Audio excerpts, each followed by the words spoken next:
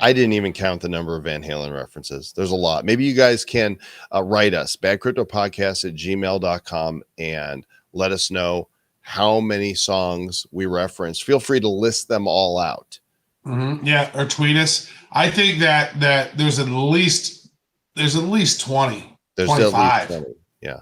Yeah. There's a lot. We pulled them out. Some of them you probably don't even they might not have said because we were pretty smooth on how we said them. Others was obvious that we were dropping a reference, but that's just the way it is. Who was this better? Podcast as is. David Lee Roth or Sammy Hagar? Oh, I think both of them have their place. You have to pick one. Well, it would always be David Lee Roth because Van Halen wasn't Van Halen until.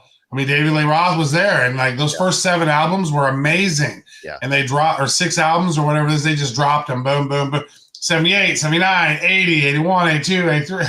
Almost every year they dropped one, which is weird. They were never number one until 1984, or they was almost number one with 1984. They didn't quite because of like Michael Jackson or something.